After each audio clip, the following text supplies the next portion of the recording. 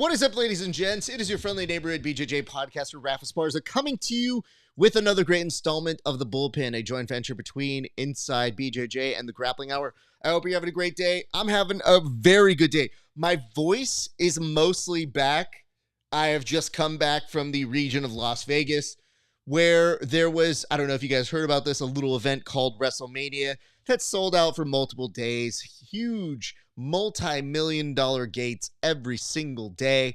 And yes, your boy went for over 7 different WrestleMania-themed events during that week. And we have lots to talk about. But speaking of which, I'd like to go ahead and cut it now to my good friend, Tim Freeman, who did not go to WrestleMania, but I'm sure saw some clips. Tim? I did not go, but I did observe live on Netflix. Thank you very much. Or I think it was on Peacock, maybe. I think they did put it on Peacock. I don't remember. It's Peacock. But it was Peacock, yeah. But I did, yeah. Netflix has Raw. Sorry, Triple H. Don't put the rock on me. Yeah, it was a great event. I was looking for you. I'm like, man, where is the Mexican dude getting ready to slang the beer? I didn't see you though, man. I didn't see you, and I was a little disappointed, but I'm glad you got to go. There, you know, the error of your ways, I hear it right away, was you trying to find one crowd full of lots of Mexicans. That's where you went wrong. There were so many, and like, it's hard to explain why WrestleMania is such an appealing thing to so many people. But I can tell you, sure as shit, we made a lot of friends. And we'll get to it because it is on the board. But you did bring up an interesting proposition here. You said you were trying to find me. Did you know that one of the things that they do, an innovation that the WWE does, is that they create this online camera? It's like a drone.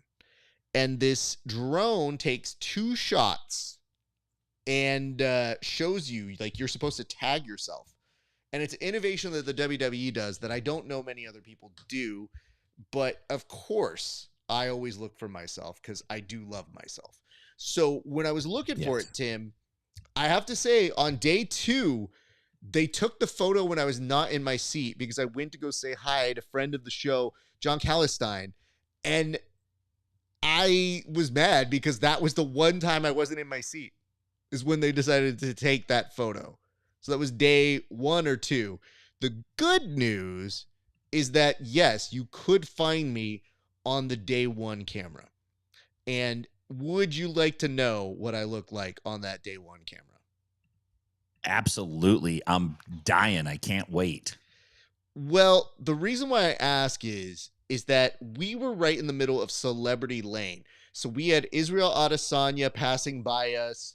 DC, Daniel Cormier was there, went on no less than 3 popcorn breaks during that entire week. Not even that week. That was within the first hour. And it was amazing because I go, did he really get... I was like, did he really get up for another hot dog? No. It was a popcorn bucket, and he was swarmed. And DC's the kind of guy who eats his popcorn like this, where he's just like, this is good. I love this. But he kept getting stormed and mobbed by people. Here's what I can show you I look like. And it's not far from what I'm sure you would imagine. Because when I saw this photo, a friend hit me up and said the first thing on his mind was, what were you mad about? He was like, what are you arguing about? And it's not far off because it definitely looks like I'm feeling something. But I think in this particular photo, I'm actually conversing with one of the people behind us. And all of these fans are very passionate about what they feel. To my right, camera right, if you would, the person right, is my buddy Brady, who's got me this shirt. It's the Super Lucha Bros shirt, which we love. Brady, go win your fight tomorrow. And it's for Penta, and it's for Ray Phoenix, where we went to go see them, part of their Republic of Lucha shop that they have out here in Pasadena. But we had some people behind us who I was just kind of like conversing with. And I can almost guarantee you they said some dumb shit that I was like, excuse me? So it happened a couple times. We made friends with everybody. There was a couple actually next to my buddy and the wife beater here, Mike. who did move away from him because his RFK was pretty high that day. So as he was talking, it became very present to me that I don't know that they're very comfortable with us. So it was an excursion. But yeah, it'll be on the board here in a second. It says, Wallow J, welcome. Hello, gentlemen. WrestleMania weekend was awesome. You are damn right. And it should be 39% of the show today. But we do have other matters to talk about. Of course, Kevin's still on hiatus. He's not dead to us. Don't worry about that. We haven't gotten to full dead-on perspective. So before you get to the jokes, if you arrive late, it is too late to make the Kevin Sherrill is not here. This time, it is an excused absence. He has a parent's note. We know it has been put into the Accords. But I have to ask you this, because I don't know that this made the board, and you can tell me if it did, Tim. What are your general feelings when somebody out of the blue says they have a 350-0 record? Because I've heard of the 400-0 or 401, depending on the stories you've heard. But nowhere in my brain did I think, oh, Hegan's got one of those too? Yeah, it's a undefeated record slinging contest out there, and you better have triple digits or you're not even in the running. Now, a couple things. One is it's possible that Hickson and Hegan were kind of like American League, National League, so they never had to actually fight each other. So they both essentially went undefeated, and it's just one of those what ifs. We'll never know. Okay. Obviously, they've never fought because they're both undefeated. The other tactic, which is more of a Tim Freeman 209 street tactic, is to say, listen, 400-0 is out there. Let's just say that. Nobody's going to bat an eyelash if I come in at 350 because it's not 400. Like, I'll just slide in as the third or fourth guy on the list of undefeated records. Listen, I'm 99-0, Raf. All right. I'm not at triple digits. I'm not a legend like those guys, but I am undefeated, 99 wins, 0 losses. I'm glad you bring this up because my next question was going to be, what interesting facts can we present about this show that are similar in the, oh, surprise, it's 350-0? Because I think the real key to 350-0 is not that we want to quantify if it's true or not. There are plenty of fact checkers out there. And yes, it's a part of our history that people, if you really did the research, you could get some goodies out of this. But I think the prevailing thought is, oh, I'm not going to do that. Dude, this is too much work. So they beat us down by saying, I dare you to fact check it. And the jiu-jitsu community says, no, thank you, sir. I have better things to do. So what are the I have better things to do dubious claims that we can get away with here on this show, Tim Freeman? Oh, that's a great question. I mean, in terms of what could we claim? Well, we can claim, and it is true, that we are the highest paid hosts of a pre-show for That's grappling. Listen, not just on the planet, in history. As far as, and we're not just talking internet history, we're talking paper, stone, right? Spoken word. We're where it's at, dude. We are elite of the elite. Red belt. Lifetime achievement award.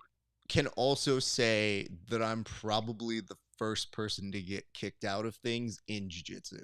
So some people will claim that they were the first, but just know I can verify I was the first for someone to say, sir, we need you to leave.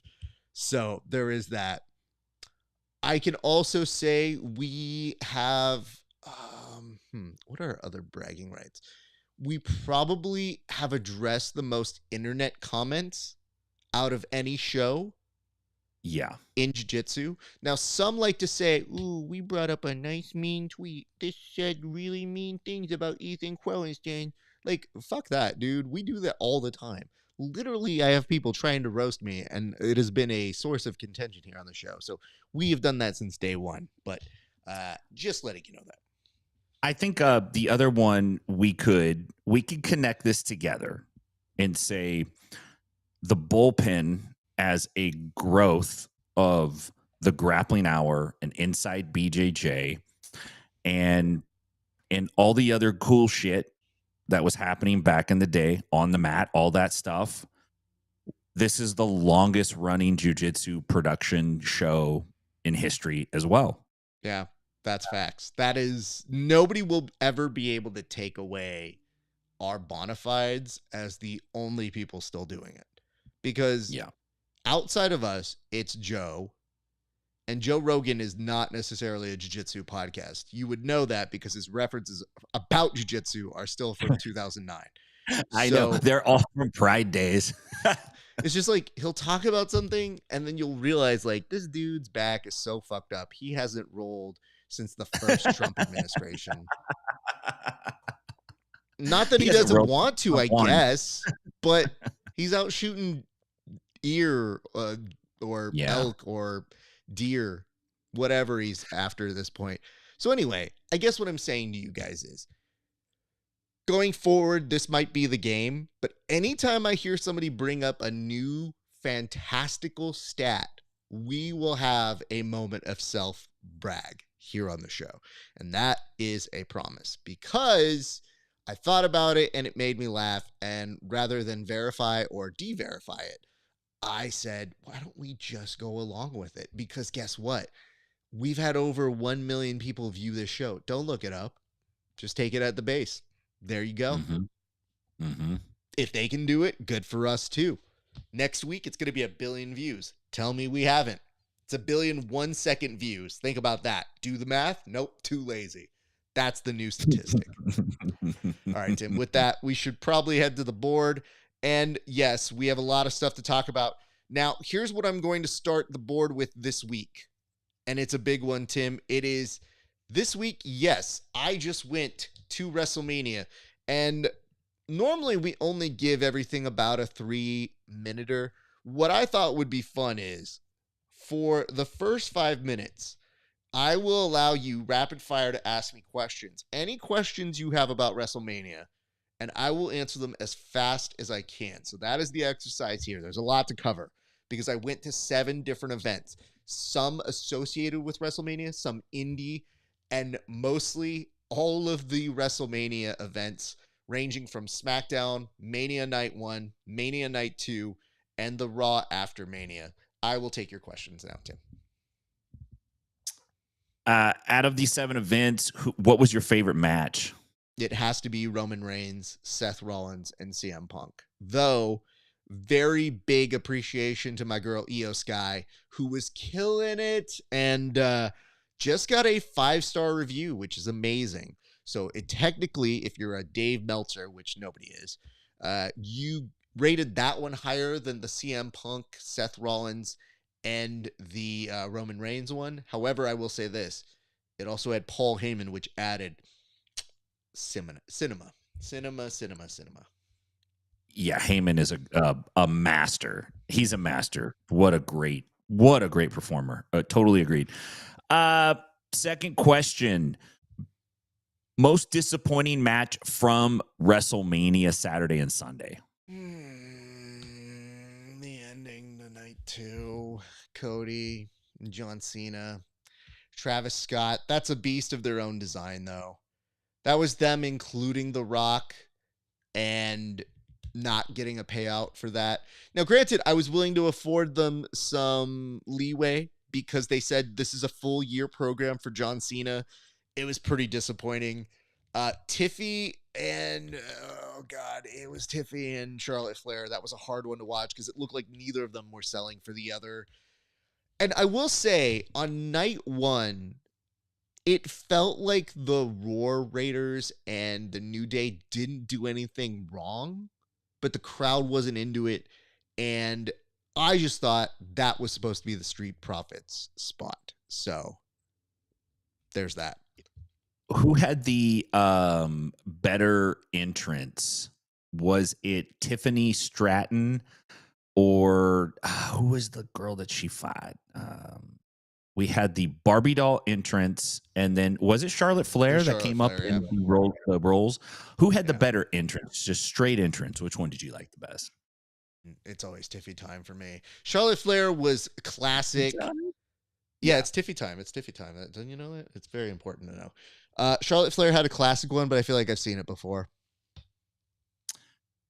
What was the most expensive food item that you saw at concessions?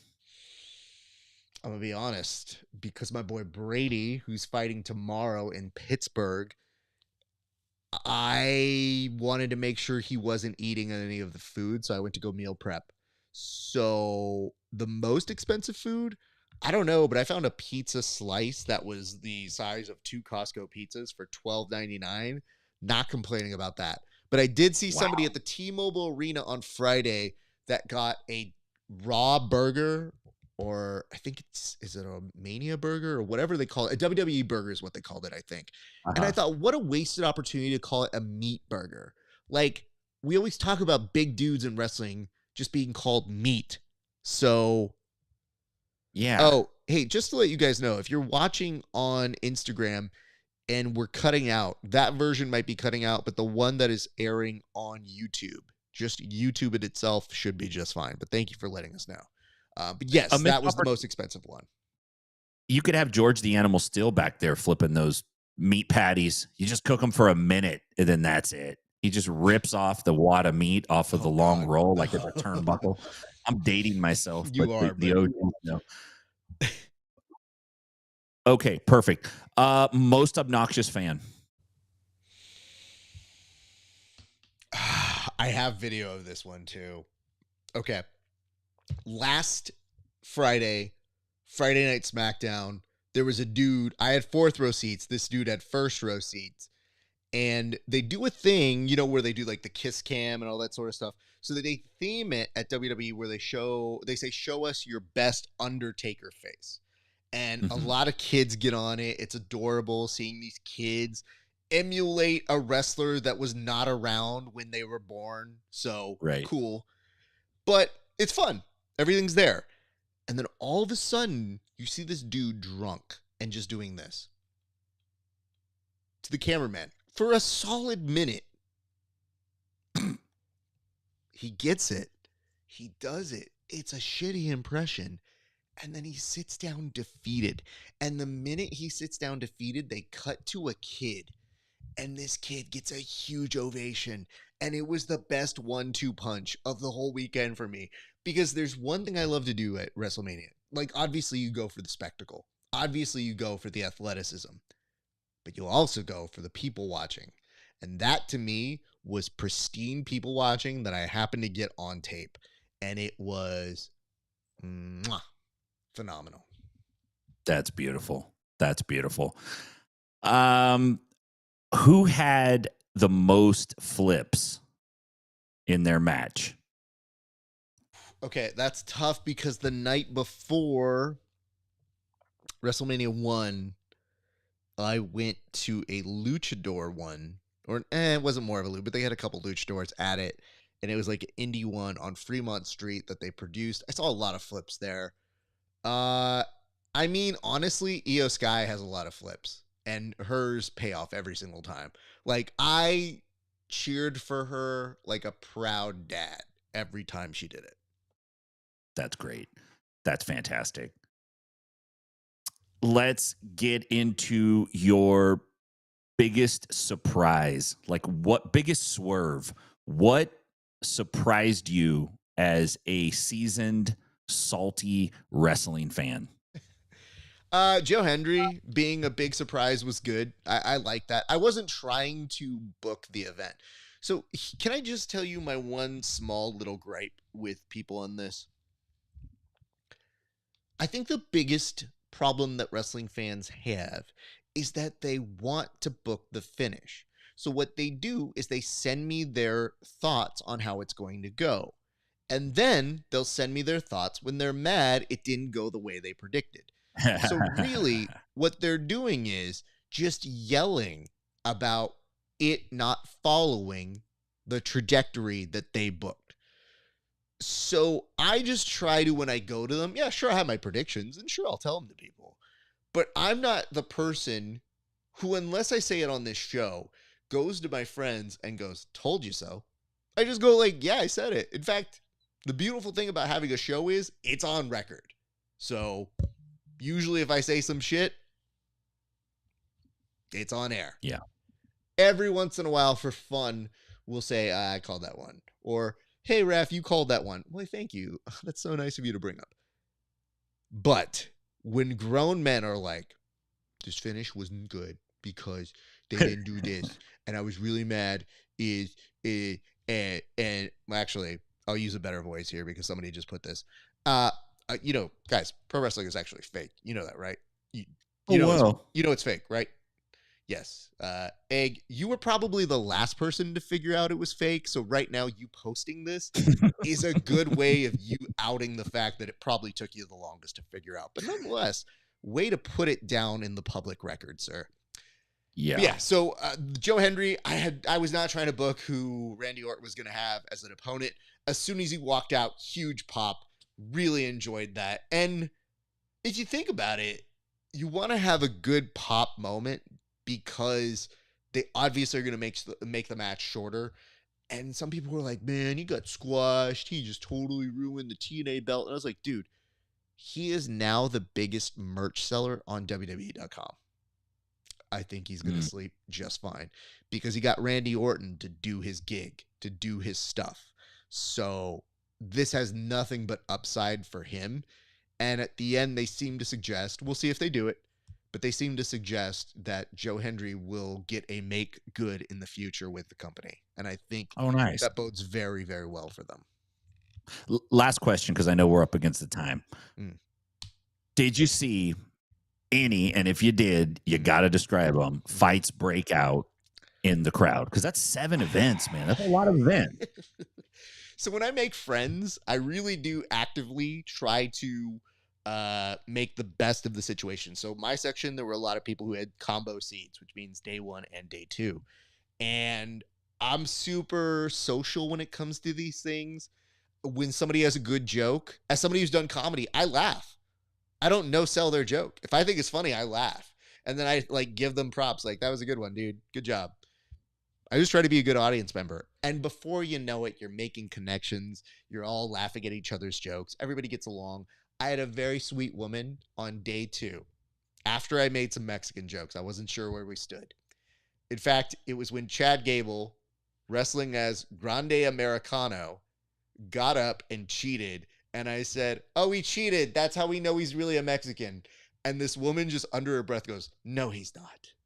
And I go, ma'am, I don't know how to tell you this, but I'm Mexican. Like, I feel, and I'll say this on public record, I don't mind making the best choices for your jokes. Yes, people have PC thoughts and making jokes clean, but I still get Mexican jokes. You can take everything else away from me, but big head and Mexican jokes, they're not going anywhere. They stay with this guy. So I'm looking at her being like, no, we're cool. The next day, she gets to her seats, making conversation, and just goes, would you like some raisins? And she had brought in all this extra food. She's like, I have chips, I have raisins, I have some hot Cheeto stuff. Would you like any of this? And I go, this woman, this is my gal. Look at her. And she looked at me and she goes, are you guys famous? And I was like, no. Yes. Like, that's where you messed up. Yes. No, I was wearing my Grappling Hour t-shirt and I was like, well, I'm recognizable in a very niche sport, but I wouldn't really ever call it famous. And then I realized, I was like, oh, I'm next to 2 people who, one fights, he has a 14-4 record, and the other is Jimmy House, who's a black belt and a power lifter, who probably could be very famous because he himself is starting to work as a professional wrestler. So yeah, I was around famous people. So by the end of it, she was, But Sergio Loba says Instagram audio is not good. YouTube, it's fine. It just exactly as I said it. That was exactly why I said that, sir. You know, I think it's fair to say that WWE is slowly becoming the grappling gateway drug Just think about this. It's like, listen, you guys think this drug is the shit? You need to try smack. You need to inject it right in your arms. You need jujitsu. You need no gi sub only grappling. You want to get even more niche and crazy? Get into that. Would you like to hear some real talk, though? We're going to get to our other topics, but this is something I think is very important to cover. And I'll put time on this to make sure we don't go too far over. The real hero here, Tim, was actually the fact that on Thursday I went to Bloodsport. That is Josh Barnett's Bloodsport. Hey. It had over 1,300 people in attendance there at the Palms, including a gentleman by the name of JP, who beat the shit out of me at a Naga once, but is now famously on his way close to the UFC. And he was in attendance with like Shane Collins, some other MMA guys who I know. And they were up in like the top of the first row section. So I looked at them and I was like, oh, they're here. They're appreciating this. I will tell you this, though, Tim. People went nuts for Bloodsport. Here's the format. We're used to jiu-jitsu. One match happens. There's a little bit of bleeding. There's a little bit of waiting. But guess what? Bloodsport had better pacing than every other jiu-jitsu event. Now, I know you said, Sergio Lobo, nah, PGF, please. Here's the issue.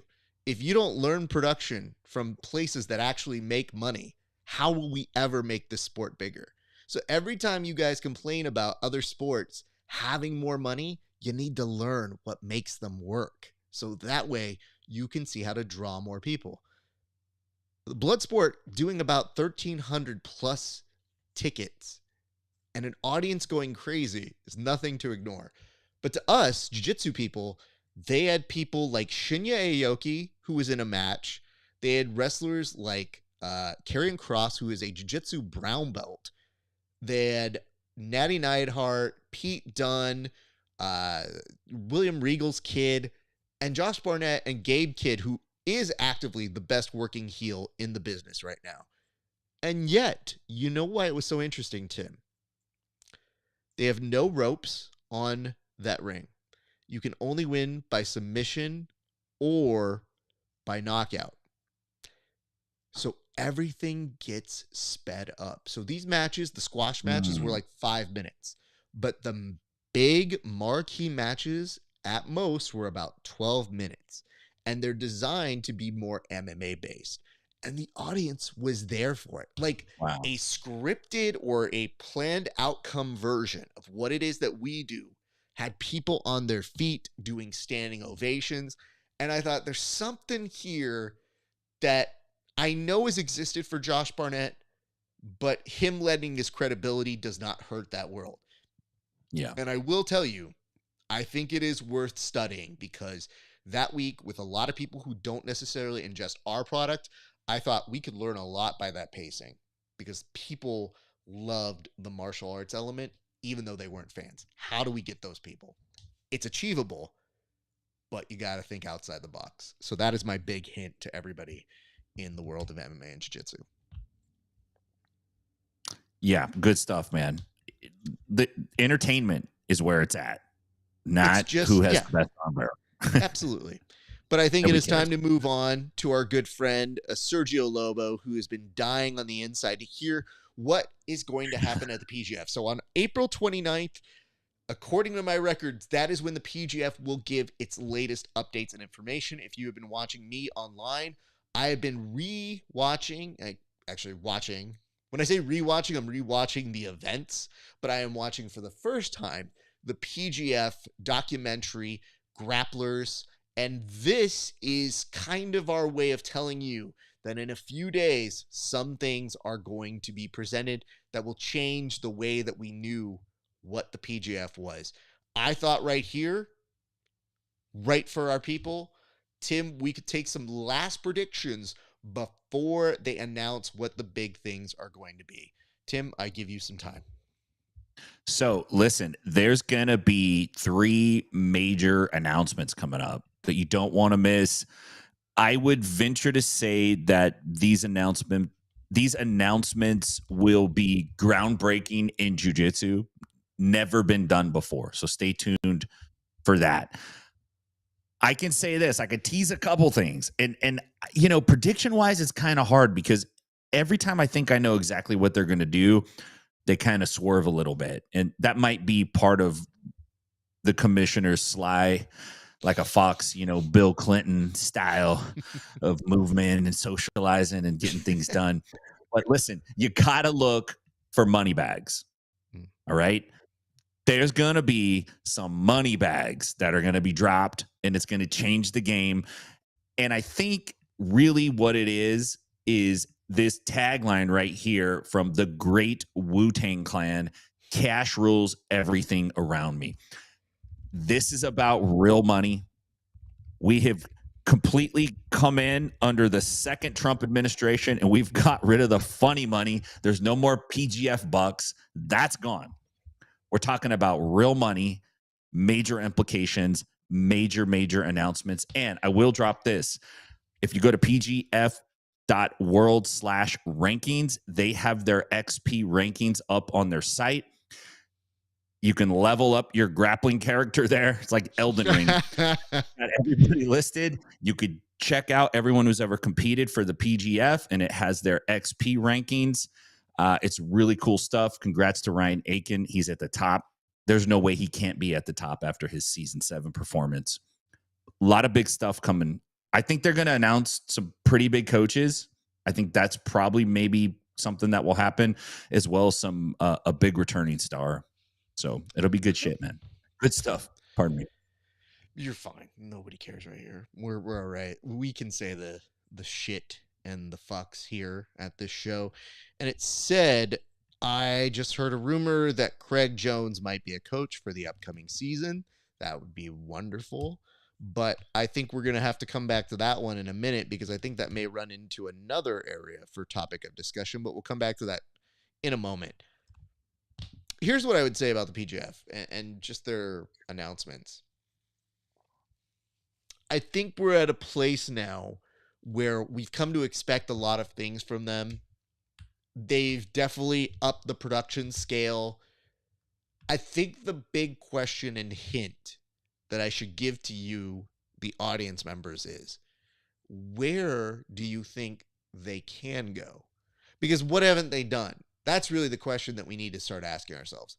It's not where do you think they're going to go because they've done this in the past. I think they're always trying to push it a little bit forward. So if you're really coming up with predictions, that's the big question. Is it a new home? Don't know. Are there new people involved? Don't know. What is it going to look like this season? Not fully sure yet, but I can tell you, if those are the areas you are looking at in terms of how you ask questions, you might be able to make better predictions. And given how some of you like to send me your WrestleMania predictions, I wouldn't be surprised if you try to send me questions about, oh, this is what I think the PGF is going to do. Feel free, because I need stuff to roast when we're on this show. I'm not short of needing content. But if you'd like to put that into the ether, and what you can do to pay it forward even more is start liking and sharing and commenting on these videos so that we can get more people to watch the PGF and love it in a way. You probably watch over 30 basketball games per season. That's what the stats say. So you could do well to make sure that you watch every single one of the PGF, because there's a lot less content of that than you get. So every time they put something out, let's get that in there. All right, that's going to do it for the PGF. We look forward to hearing those announcements on April 29th, which I believe is a Tuesday. So we look forward to that. All right. So you heard a rumor that Craig Jones is going to be a coach, but the big rumor that happened over the week is that Craig Jones is going to serve as a coach against competitive nemesis Gordon Ryan. So what are our thoughts if these are the two rumored coaches for the inaugural season of the Ultimate Grappler, which unfortunately does have the acronym TUG? Tim, your thoughts? It's an interesting move, because initially I think we all kind of thought it would be Mikey Musumeci versus Gordon Ryan. And there was speculation, and it wasn't all bad. I was kind of looking forward to seeing Gordon needle Mikey day in and day out until he loses it, right? Dumps a bowl of pasta on his head. But they come out, they announce Craig Jones, which I think is more compelling. I think more people want to watch it. It sets up a potential super fight, potentially. I think people would pay to watch that. It's interesting to me. It's like, how is the UFC Fight Pass going to promote this? This is like the Ultimate Fighter meets Hot Ones. This is going to be something with leg locks. It's going to be something slightly different that we haven't seen before. I think Gordon Ryan is entering his Hulk Hogan phase when he showed up at WCW as Hulk Hogan and nobody liked him or cared. Oh, sorry. I thought you were about to talk about the racist phase when we found out he had like a sex tape. So I was like, I don't think the public is ready for that one, but go on. No, he's already gone through the sex tape and the racism stuff. That's out. That's there. Hogan comes out expecting to be beloved, and it's not quite the same. Everybody wants to see the NWO and the new kids in town. I feel like Craig has that energy, and it's possible for Craig to potentially dethrone Gordon as Fight Pass's guy. They might look at this whole situation after the fact and go, we should have went for Craig. It'll be interesting to see how it plays out. I do know that both these guys like money. They're not stupid, and they probably would work together if they could make some serious bread. And I would probably do the same thing. So I don't hate it. I'm intrigued. I want to see it. I won't be surprised if it's a disaster and not that great. That wouldn't shock me either. But I think there's going to be some entertainment value in it, maybe for the wrong reasons. Here's what I'm interested in, because the one thing that does happen here is that Gordon in person is not necessarily a huge shit talker, and Craig is the best instigator ever. Right. So Gordon excels usually when he has time to write a post, have AI write it in his douchebag form. I'm not sure how he does it. Have John Danaher write it under his secret alias Cyrano. alias.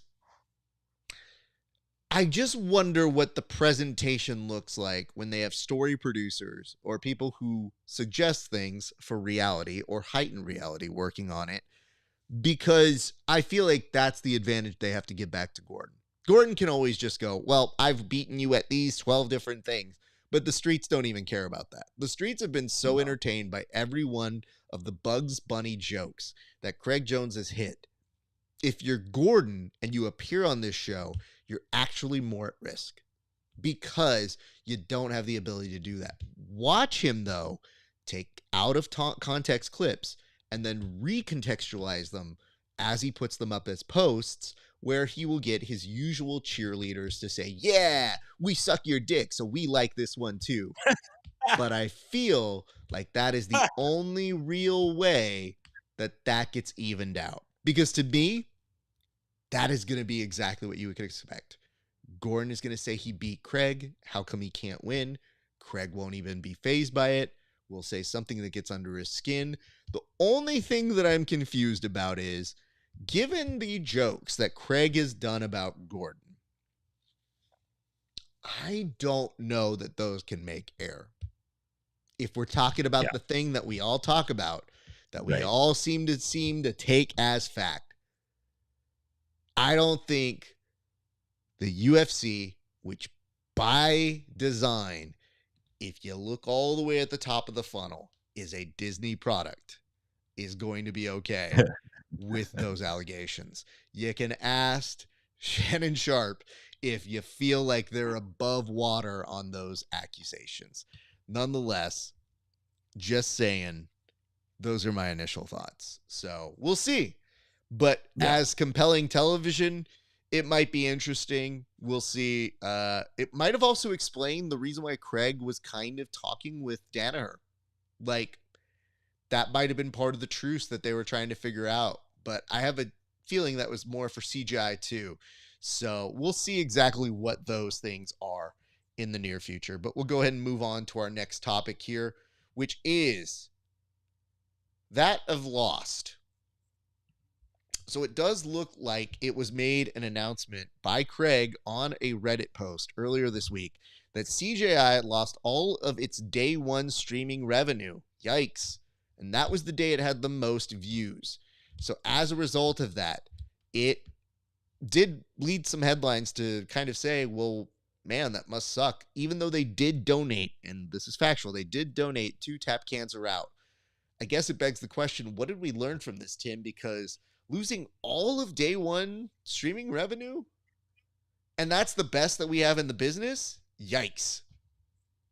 Yeah, I think what we learned is next time Luke Rockhold wants to come out to Who Let the Dogs Out, we need to check the licensing on that first. Yeah, apparently, you know, Eye of the Tiger is not free to play is your walkout music. And I think this is an issue actually that we're going to start seeing come up more. We can all think back to, and I won't even name names, any jiu-jitsu promotion that puts on super fights that allows you to pick a walkout song, I would speculate doesn't have an appropriate license to use that walkout song. Now, that's really not a problem if nobody's watching. But if I take that and I put that behind my paywall and I have 50,000 eyeballs on it who are giving me money for that product, well, that might be a different story if I'm a record executive and I'm looking how to squeeze as much money out of streaming rights as I can and out of publishing rights. Then, yeah, it makes sense. Like things like this are probably going to come up even more as grappling starts to grow. It's one of those unintended consequences of growth. Like things like the lawyers start paying attention. And when the lawyers start paying attention, everybody's got to behave. And I think that's kind of where we're at. I would expect there to be more focus on this in the future. And jiu-jitsu is a lot of monkey see, monkey do. So once Craig does it or some big organization does it, the rest of them will kind of fall in line, probably. But it was a little surprising that this happened. At least it was only 10K, right? That's what I had come across. I don't know if that's true, but I had read that Spotify got the 10K, not Craig. So I don't know. Is it Spotify or was it YouTube on that one? Well, I think maybe what happened was they were streaming from Spotify onto the YouTube, like as the music. Like, how are we going to play our music? We're going to stream. I don't know. Maybe YouTube demonetized them. So listen, I don't have all the facts. I just have facts. You know what I mean? And sometimes it's not facts with a CTS. It's FAX. It's that old school. Like I'm literally getting the paper roll out fresh. It's hot and the ink is smudging because I'm grabbing it with my hands. Tim just gets a hand, a piece of paper, and is like, "This is all I'm working with, man. That's all I know." Our research department, me. This is all I found. Here's what I would tell you. Some organizations have a license. Correct me if I'm wrong. I think it's like an ASCII. And, it's a very dicey situation. What you can do, because I do know the numbers pretty well that they had, you want to be on top of it the next day and monitor. Because on YouTube, it can tell you can replace the song. The problem is a lot of artists, before it used to be like you get a strike and they go, no. But a lot of artists, if they see that you have a song, or more specifically artist companies, they see that you played something and you've got a big thing like a Craig Jones Invitational, they go, use the song. We'll just take a nice slice of that little pie you got there. Yeah. So that's why there's no strikes against it per se. It's unfortunate. You can release the matches one by one, which I believe they have over time, and I think you can take off the music there. Yes, it does identify some new parameters that happens when you're a new organization and event. And it may have to make them a little bit more picky about what they do in the future, but you can get that license. I do believe that certain places do have it. I just don't know the full implementation on YouTube, if you can do it retroactively. Having said that, it also means that it's kind of the fault of not budgeting for that. So these are interesting propositions because you could sympathize with these people in the sense that, as Craig said, we never planned to put on an event. We just did. So I would hope that has gone into both budget and considerations for this next one. And to be honest, if you're putting it on YouTube, I don't know what you think you're going to necessarily make off of it. So just something to consider if the business model did have some revenue coming from it. It may have to be niched for that or look into getting a license, which I'm sure they have probably been told now. But I wish them the best. I want them to have it. And I want our fighters to also have the walkouts that make them feel comfortable. But full disclosure, you may not always get the walkout you want. Like, I think fighters and athletes have to understand they have a vision, they have a dream. I want them to have that dream. But if I ever come to them and say, I'm so sorry, we can't do that song, this is why. And it might not matter to them, but it sure as shit matters to the people putting on the event, which means they don't make that money. They can't put on other events. So just Yeah. food for consideration here. Can I just pick on this bone a tiny bit here on the walkout song? Here's what I think should happen. If you're a fighter and you don't have like a really stellar record, you're just amateuring, doing the lower level events, you don't even get a walkout song. You don't get to get a fancy haircut. You're not allowed to dye your hair, paint your nails, get a custom mouthpiece. You got to go out there in a plain pair of shorts and prove that you can win. And once you start winning, we'll start talking about you getting your fight song. I can't count the number of times, and jiu-jitsu guys too, I've seen these guys obsess about what their walkout song's going to be. I'm going to pick this because it means this to me, and I'm going to have that, and they're going to do this. It's like, dude, you need to go fucking win. That's what you need to do. Don't worry about your walkout music. So I say, take it all away, make them walk out in silence. You got to earn those tunes. You don't get to just pick your song, pick a top hit song. You ain't Eye of the Tiger, dog. You're 0-1. Get out of here. Nonsense. That was full on dad mode from Tim Freeman. That was 100% a walkout songs are not a right, they're a privilege, Tim Freeman. Having to earn your walkout song. Like, maybe we need to give our athletes punch cards. That's like, I know you want that Pokemon theme song, but that's not happening, fam. You've only got 2 punch cards here. I need submissions. You know, that's a great incentive. I'm going to have to take that to the boys at Subversive and be like, nah, they got to get a punch card. Submissions give you 3 punches. A win gives you 1. A draw, I take away 1 of the punch cards. So I think that's what we're looking at. I don't even mind them losing, but if they draw, boo, boring, take that off. So yeah, there's that. Why don't we move ahead to our next topic, which is that cut. On this topic, when we are talking about what to do, it says you did what to get cut or to cut weight. So what is this, Tim? Because when we're asking about it, you're looking at this, you got a great photo here that tells us and maybe signals that a lot of people in the past, when it comes to competing, have had to do a weight cut. So I guess the question here is that you're posing for us, Timothy. What have you had to do that was to get to your ideal weight cut? Well, I've had to stop shoveling food down my freaking gullet. That was step 1. Had to exercise. That was step 2. That's all common stuff. Then you get to the extras, the black magic, if you will, the unpublished farmer's almanac of weight cutting, because that's how many weight cutting methods are out there. It's wild. There's a lot of tribal knowledge when it comes to weight cutting. PJ Barch surprised the jiu-jitsu community. This guy, he's a classy guy. He's put together. For sure, he'll be in Zoolander 3, right? He's the guy for it. It basically said, hey, man, I was using Adderall in high school to cut weight. And, you know, I can only imagine a starving PJ Barch on Adderall who can't stop talking because he doesn't talk that much already. That's actually a pretty funny version of PJ. But I started thinking, what are the unconventional things, right? What have you done? And I'll tell you the thing that has worked for me, and this is controversial. Not everyone agrees with it, but you start smoking cigarettes during the camp And that last kind of little nudge you'll get that appetite suppressant and you could get that extra 2 pounds off.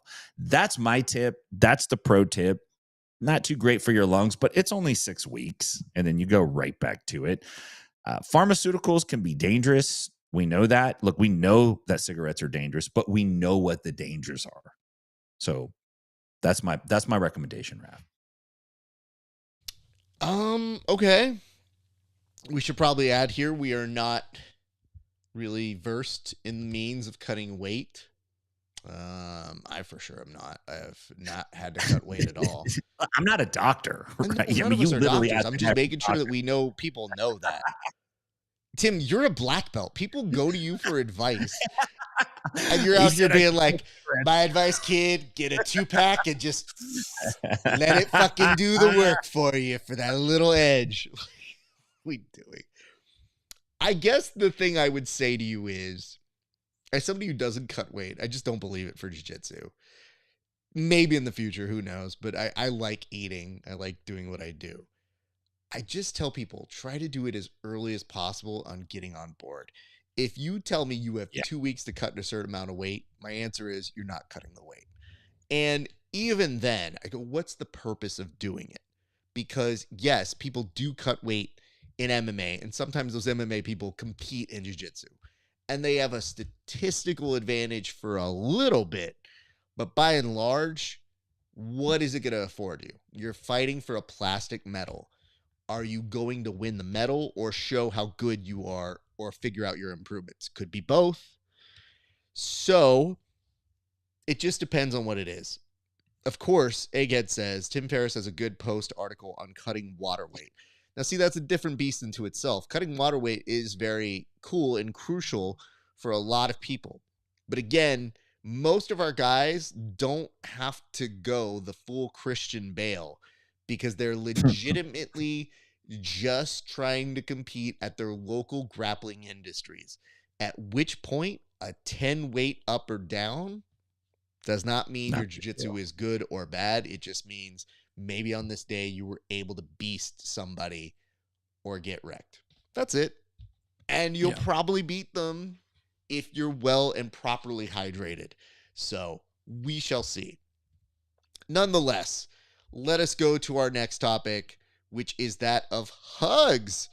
Yes, we all can get along.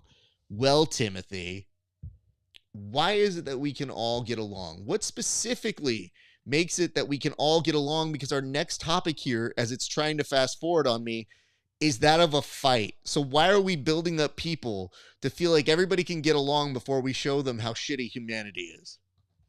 Well, listen, this is the feel good story of the board where I set you up and make you feel good. And then the fight comes right after. And I'm like, you see how vile humanity is. It's when the comedian goes like, oh, I love women. They're all so great. Women are awesome. Big round of applause for women. And everyone's like, yeah, women, girl power. And then the next thing is like, let me tell you what my bitch wife did. This is kind of like that. But most of the stuff that comes out is like bad stuff, sensational stuff, drama, beef. I can pass your guard. No, you can't. All that kind of stuff.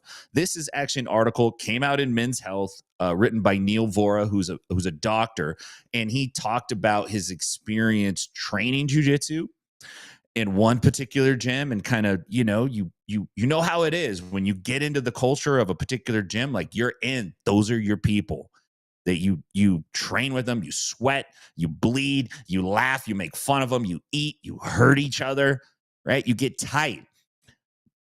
And then he moved to another gym. And now when he moved to the other gym, he was the guy at the new gym that had like a different set of, say, political beliefs or personal beliefs or social beliefs.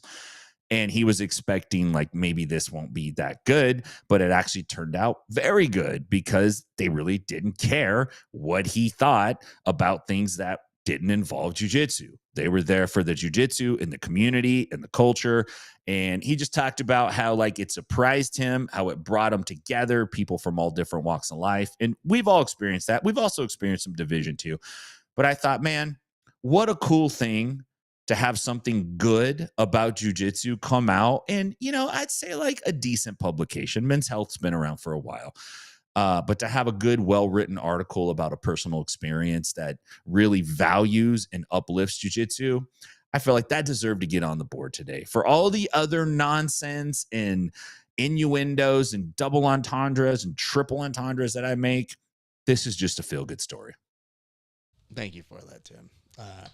I do want to say, when it comes to saying the world can get together, I mean, it's usually pretty true. You do find yourself with a lot of different people on the mat, so I think it is reflective of it. I always am surprised when somebody else stumbles upon that realization.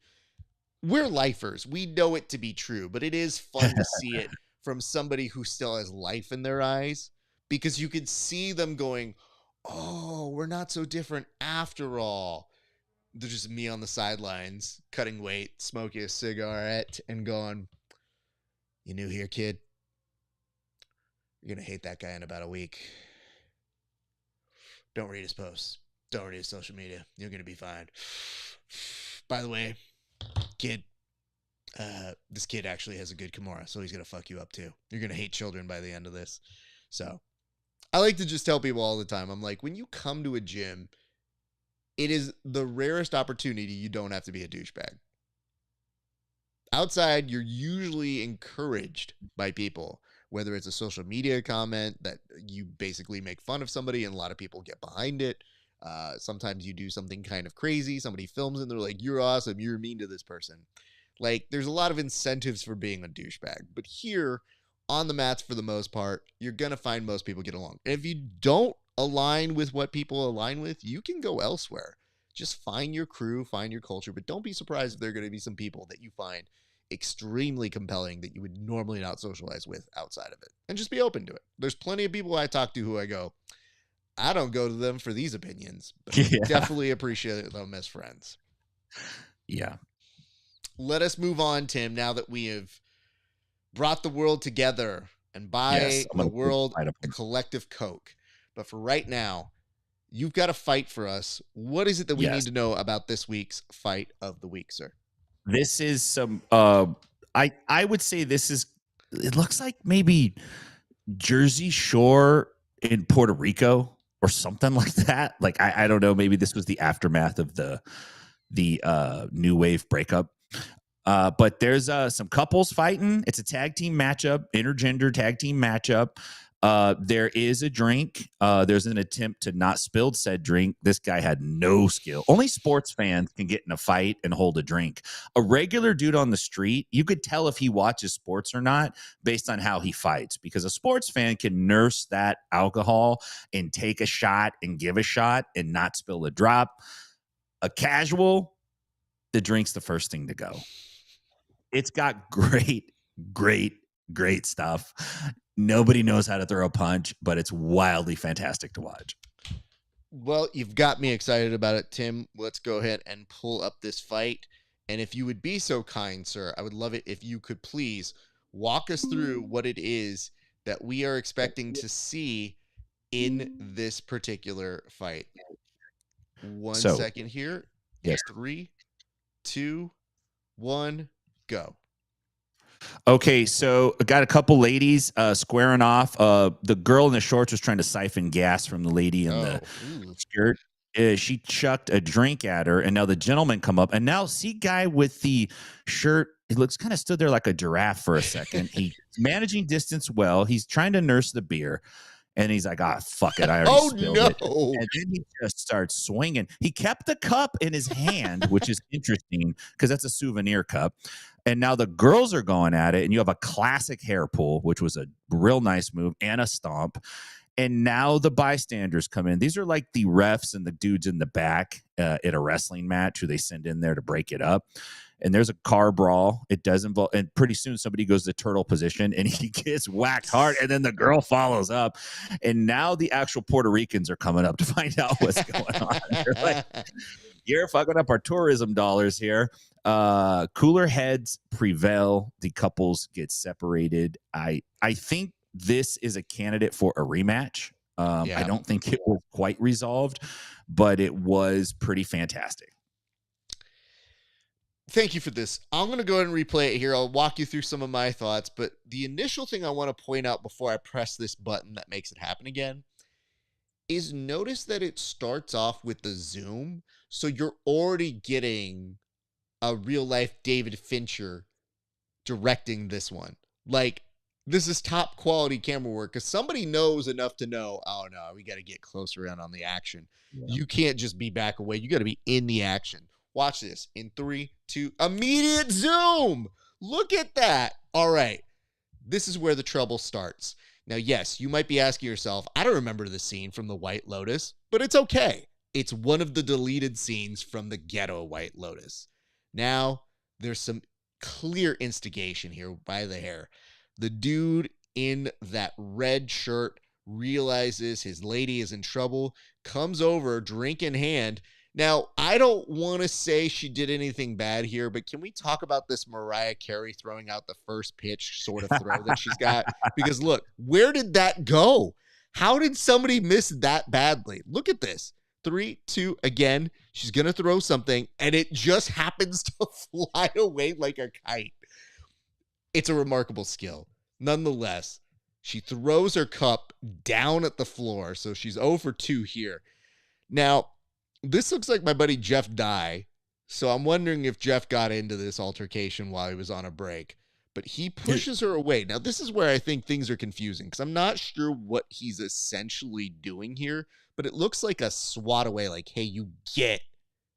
He's still got that orange cup, which looks like he got from McDonald's 20 years ago when they were selling those orange pumpkin themed cups. And he's telling him, like, I'm going to push you. I can't beat up her, but I want to beat up her. Oh, we're throwing hands at her. It's getting real dicey real quick. I have to make sure that I'm not just making that up because he comes swinging at the dude. That's clearly intended for the dude. He doesn't make much eye contact there. But then does a bat around and hits her. So unfortunate there. Do not love seeing that. Now he's calling out a challenger, and he really wants to go with this. Meanwhile, Blondie in the back wants to beat up Katy Perry real bad.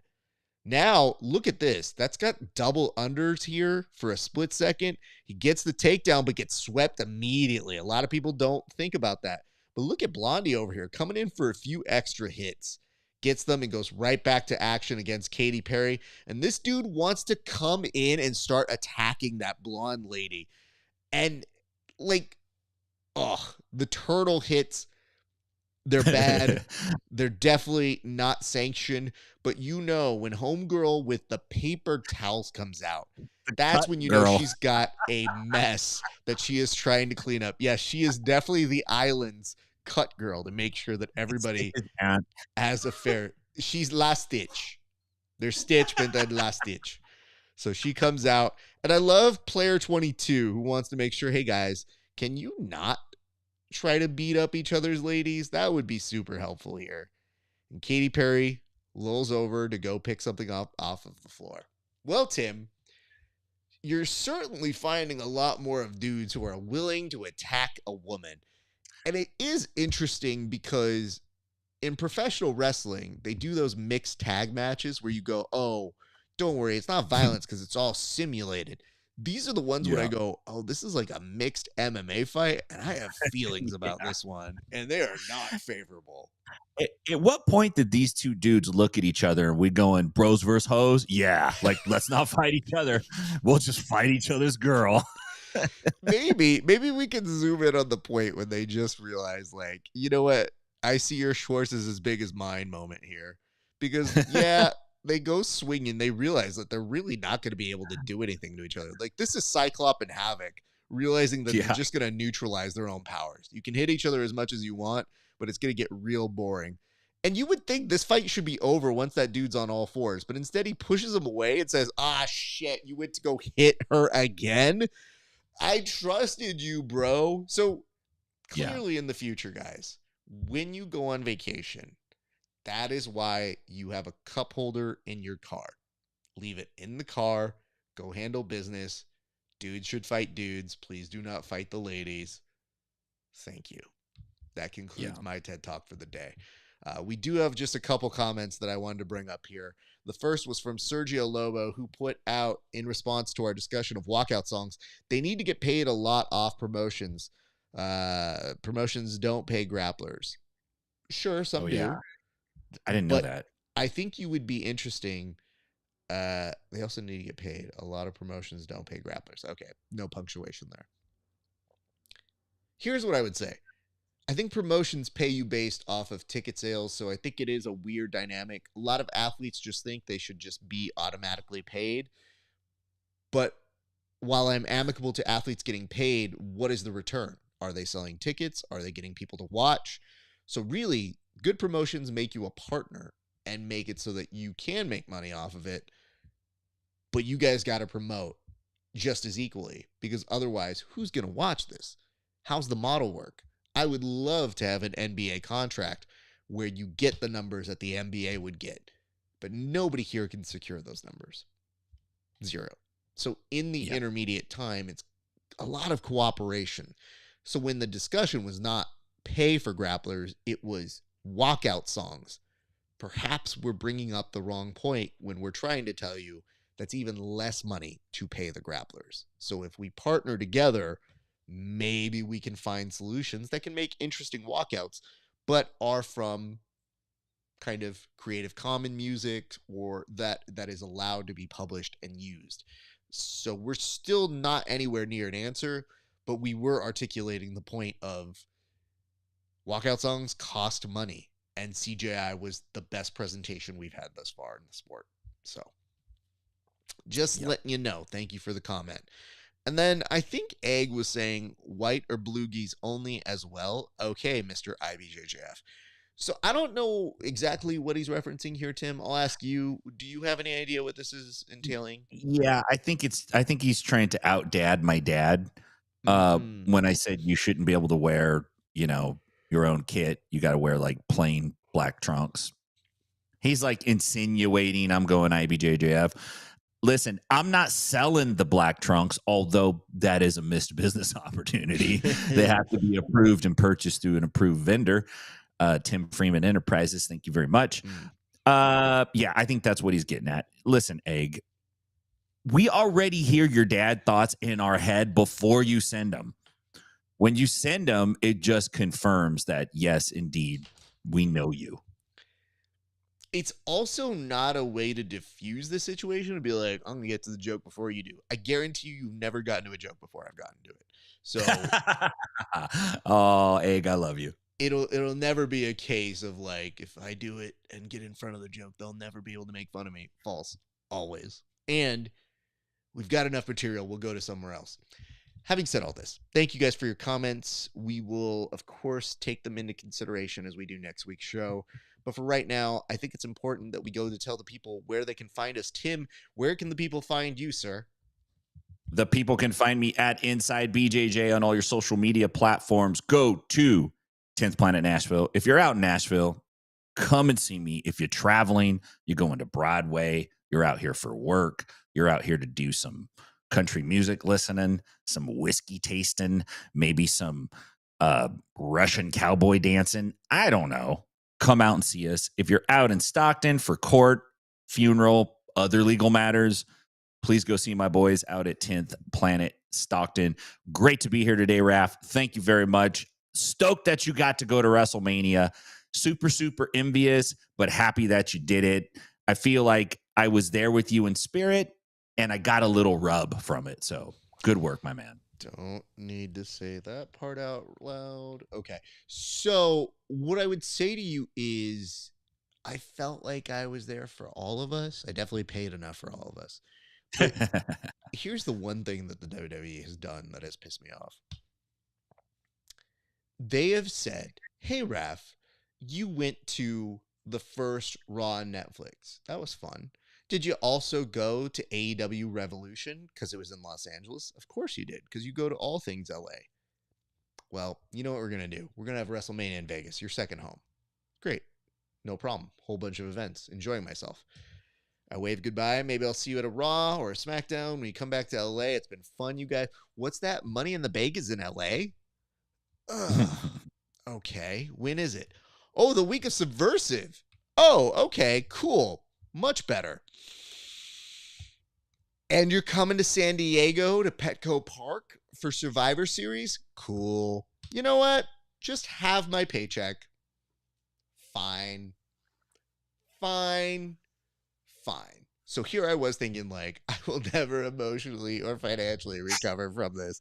And then immediately thereafter, they're like, that's so cool. Here's a pre-sale code. I go, fuck you guys.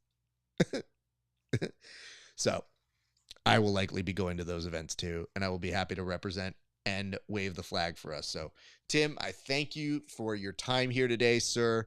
You are, I'm stuck. of course. I'm I stuck, did see Raph. you stuck. I was realizing, why is he judging me so hard for the end of the show stuff?